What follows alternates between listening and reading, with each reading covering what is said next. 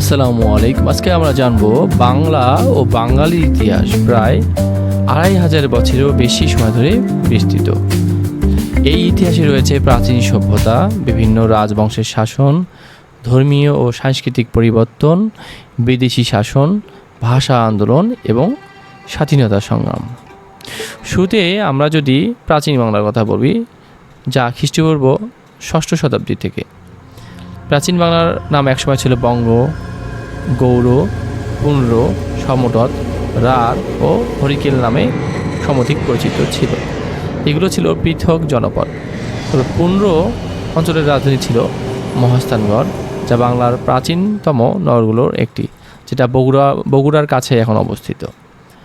এখানকার মানুষ কৃষি, মৎস্য শিকার, তাঁত শিল্প ও নদীপথের বাণিজ্য দক্ষ ছিল। গঙ্গা, ব্রহ্মপুত্র ও মেঘনা নদীকে বাংলা সমৃদ্ধ করার ক্ষেত্রে খুব উপকারী মনে করা হয়।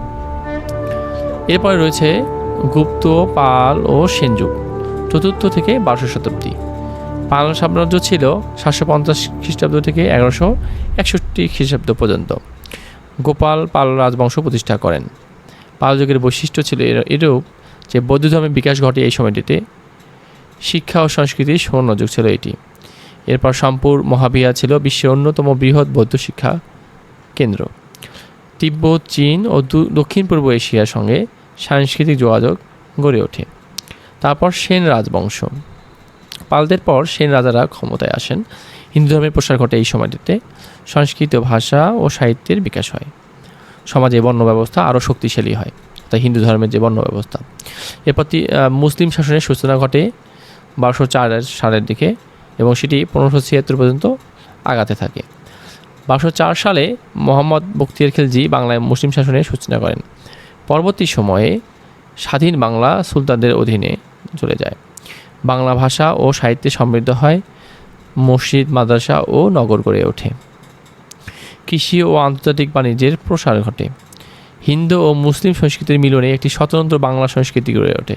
এই জন্যই আমরা দেখি যে বাংলা সংস্কৃতিতে হিন্দু এবং মুসলিমদের একটা মিক্সড কালচার অবলোকন করা যায়। এরপর মুঘল আমল, যা ১৫৭৬ থেকে ১৭৫৭ সাল পর্যন্ত চলে। বাংলা মুঘল সাম্রাজ্যের অন্যতম ধনী প্রদেশে পরিণত হয়। ঢাকা গুরুত্বপূর্ণ প্রশাসনিক কেন্দ্র ছিল। মসলিন কাপড় বিশ্বজুড়ে বিখ্যাত ছিল ওই সময়কার। কৃষি, নৌবাণিজ্য ও হস্তশিল্প ব্যাপক উন্নতি লাভ করে এই মুঘল আমলে। এরপর আসে ব্রিটিশ শাসন ১৭৫৭ সাল থেকে ১৯৪৭ সাল পর্যন্ত। ১৭৫৭ সালের পলাশির যুদ্ধের পর ব্রিটিশ ইস্ট ইন্ডিয়া কোম্পানি বাংলার নিয়ন্ত্রণ গ্রহণ করে। এই সময়ে কৃষকদের উপর করের চাপ বাড়ে। ১৭৭০ সালের ভয়াবহ দুর্ভিক্ষে লক্ষ লক্ষ মানুষ মারা যায়। আধুনিক শিক্ষা, সংবাদপত্র এরপর চালু হয়। বাংলা নবজাগরণের সূচনা হয়। এই সময় রাজা রামমোহন রায়, ঈশ্বরচন্দ্র বিদ্যাসাগর এবং রবীন্দ্রনাথ ঠাকুরের মতো ব্যক্তিত্ব সমাজ ও সংস্কৃতিতে গভীর প্রভাব ফেলেন। উল্লেখ্য, রংপুরে রামমোহন রায় ক্লাব নামে একটি ক্লাব রয়েছে, যা রাজা রামমোহন রায়ের আমলেই প্রতিষ্ঠিত হয়। তার নামকরণে করা হয় এটি। এরপরে বঙ্গভঙ্গ ও জাতীয় চেতনা। ১৯০৫ সালে ব্রিটিশ সরকার বঙ্গভঙ্গ করে।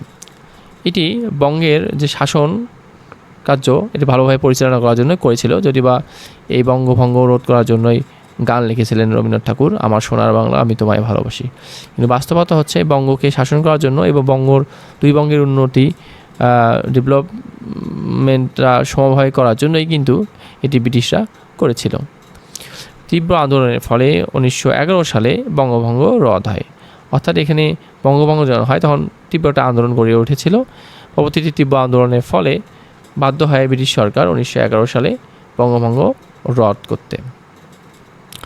এই আন্দোলন বাঙালিদের রাজনৈতিক চেতনাকে আরও শক্তিশালী করে। তখন বাঙালি বুঝতে শেখে যে তার অধিকার কীভাবে আদায় করতে হয় এবং তার অধিকারের বিষয়ে তাকে যে সচেষ্ট হতে হবে সে বিষয়ে তারা সচেতন হতে থাকে।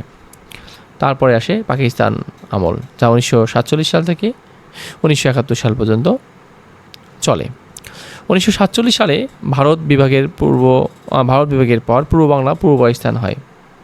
অর্থাৎ পূর্ব বাংলা ছিল ১৯৪৭ সালের আগে, যা ১৯৪৭ সালে যখন দেশ ভাগ হয় তখন এটি পূর্ব পাকিস্তানে রূপ নেয়। ভাষা আন্দোলন 1952 সাল। পাকিস্তান সরকার উর্দুকে একমাত্র রাষ্ট্র ভাষা করতে চাইলে বাঙালিরা প্রতিবাদ করে।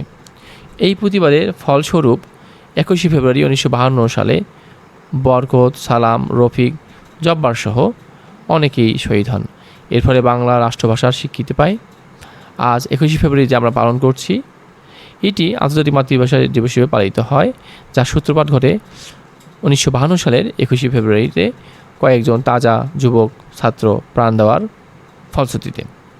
এরপরে আসে মুক্তিযুদ্ধের ঘটনা।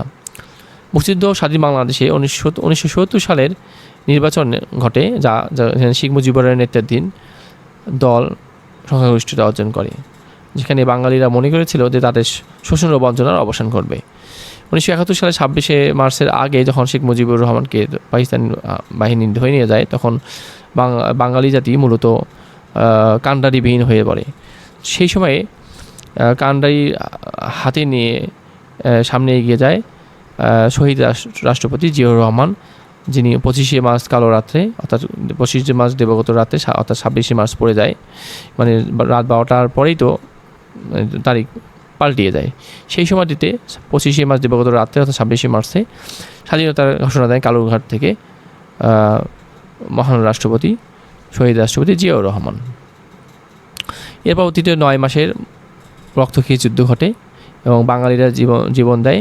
যদিও বাঙালিদের জীবন শেষের দিকে তাদের জীবন দেওয়াটা যেভাবে দিয়েছিল, সেটি তারা সেভাবে ফেরত পায়নি, মানে প্রতিদানটা সেভাবে ফেরত পায়নি। এজন্য যে ভারতীয় বাহিনী যখন লুটপাট করে সম্পদ নিয়ে যায় এবং পাকিস্তানি বাহিনী বাংলাদেশের যে বাহিনী ছিল, মুক্তিযুদ্ধ বাহিনী, তাদের কাছে ক্ষমতা হস্তান্তর করার কথা ছিল, কিন্তু সেটি তারা সারেন্ডার করে কৌশলগত কারণে, ভারতীয় কৌশলগত কারণে ভারতীয়দের হাতে, কিন্তু এটি হওয়ার কথা ছিল না।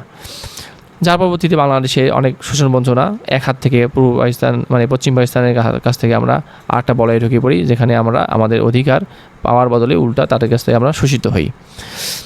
এরপরে আসে স্বাধীন বাংলাদেশের পথ চলা। স্বাধীনতার পর বাংলাদেশ কৃষি, শিক্ষা, স্বাস্থ্য, পোশাক শিল্প, তথ্য প্রযুক্তি, অর্থনীতি উল্লেখযোগ্য অগ্রগতি অর্জন করেছে। একই সঙ্গে গণতন্ত্র, সুশাসন, জলবায়ু পরিবর্তন এবং অর্থনৈতিক বৈষম্যের মতো বিভিন্ন চ্যালেঞ্জের মোকাবেলা করেছে।